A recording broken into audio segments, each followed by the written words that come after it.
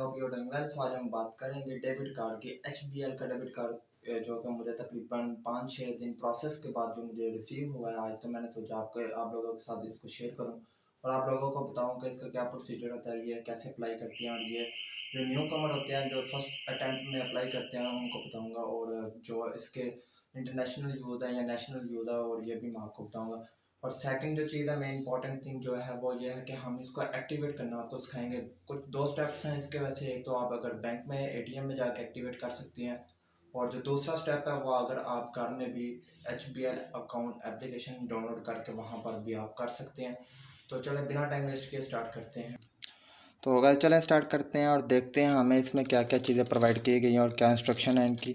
तो ये site first यहाँ पे देखें, ये एड्रेस वगैरह यहाँ पे सिक्योरिटी रीज़न की बेस पे मैंने कुछ हाइड किया हुआ अपनी पर्सनल इन्फॉर्मेशन जो मैं शेयर नहीं कर सकता आपसे।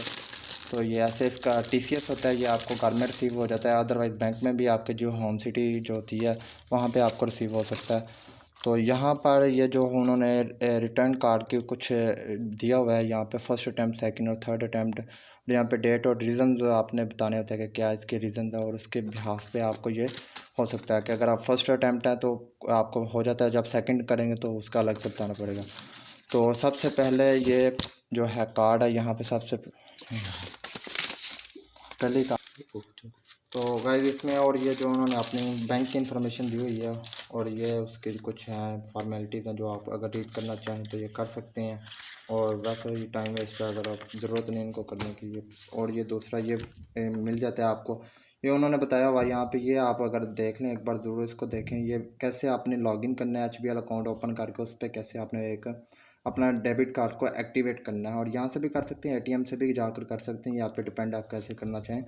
और ये एक उनकी इन्फॉर्मेशन के रेलेवेंट वो दी हुई है कि आप इसको भी देख सकते हैं। टर्म्स एंड कंडीशंस हैं उनके एचबीएल डेबिट कार्ड की, तो इसमें पढ़ सकते हैं आप। एक तरफ उर्दू है, उर्दू में पढ़ सकते हैं, और दूसरी तरफ ये इंग्लिश में। अगर आप जो आपको बेहतर अच्छा लगे आप कर सकते हैं।